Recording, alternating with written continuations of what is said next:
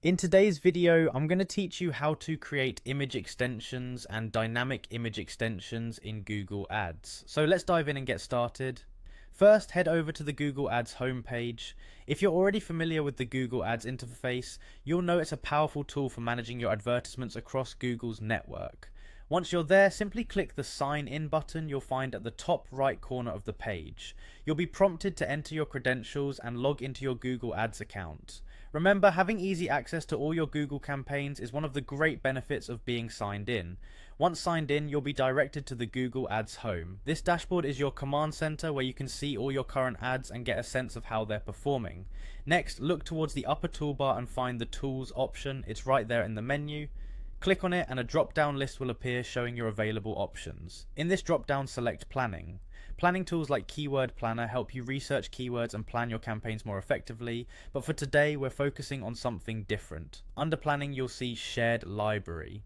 Click on it to access a collection of shared resources that can be handy for multiple campaigns or ad groups. With your shared library open, navigate to the Asset Library option. This is where we'll focus for the rest of this tutorial. The Asset Library is a fantastic feature because it allows you to manage images and other assets in a centralized location. It's especially useful if you're handling multiple campaigns at once.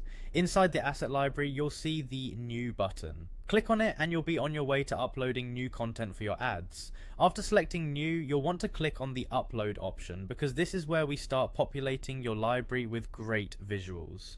Now we come to the fun part, adding visual elements. Click on Images and Videos. This is where you can upload a variety of media that can boost the appeal of your ads. Whether you're opting for static images or dynamic content, this feature helps you enhance your ads' visual storytelling.